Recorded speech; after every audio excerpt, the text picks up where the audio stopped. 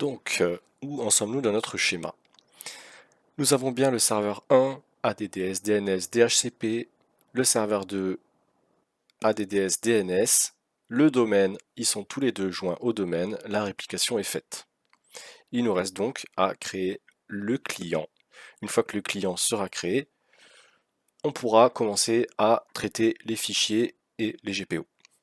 Alors, pour ce faire, dans VM, on va aller sur client, edit, on va lui chercher son ISO d'installation Windows 10, ou ce que vous voulez, ouvrir, ok. Alors pour que ça aille un peu plus vite, je vais peut-être lui mettre un peu plus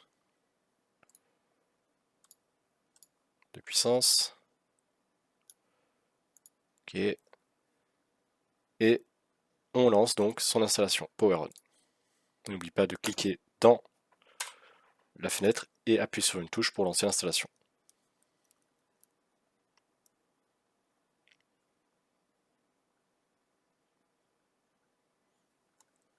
Français, installer.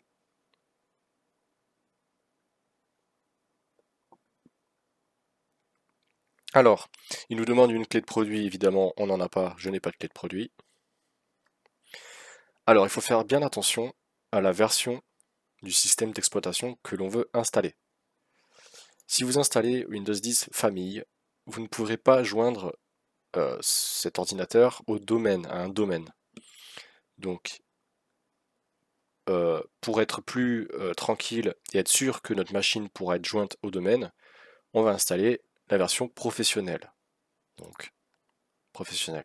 Suivant. On accepte les termes. Suivant. De la même manière que tout à l'heure, on va installer Windows et non le mettre à jour. Donc, installer. On prend bien notre disque dur. Et c'est parti pour l'installation.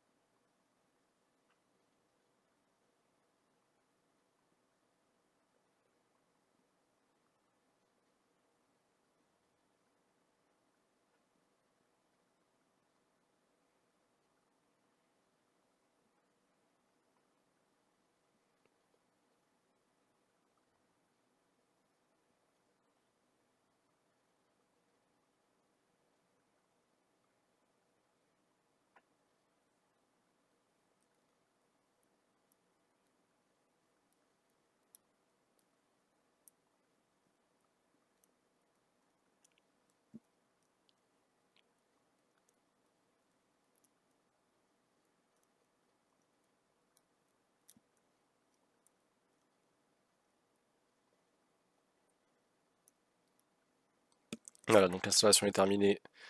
On redémarre.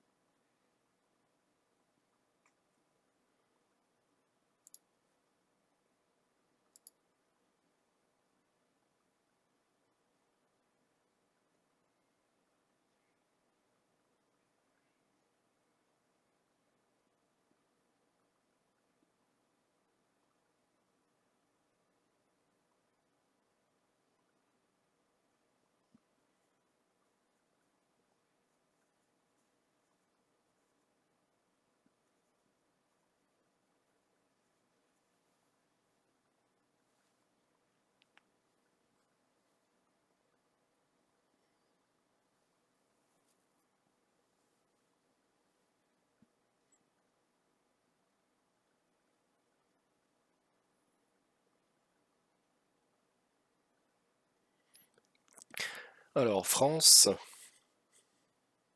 français, ignorer. Alors, il est temps de vous connecter à un réseau. On peut dire qu'on n'a pas d'internet. Continuez avec l'installation limitée. Le client. Mot de passe facile à retenir.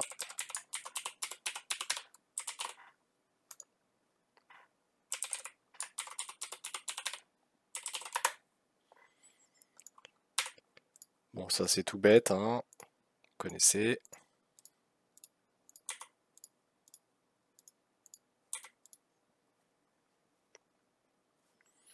Ne pas utiliser. Non. Non. Obligatoire. Non. Non. Non. Pas maintenant.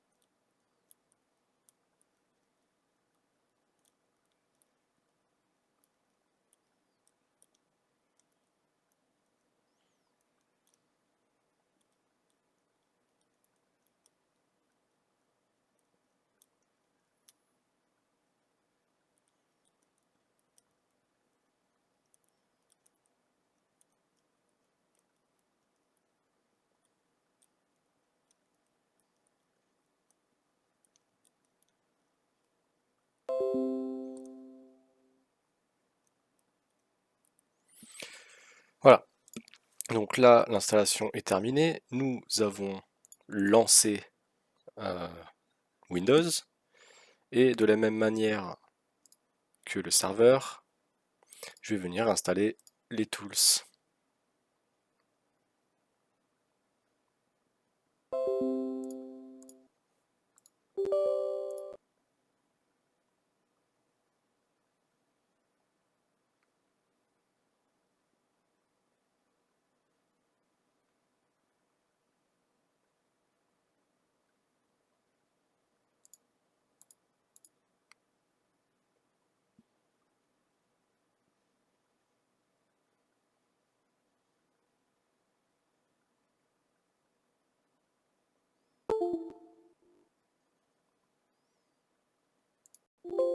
On peut redémarrer.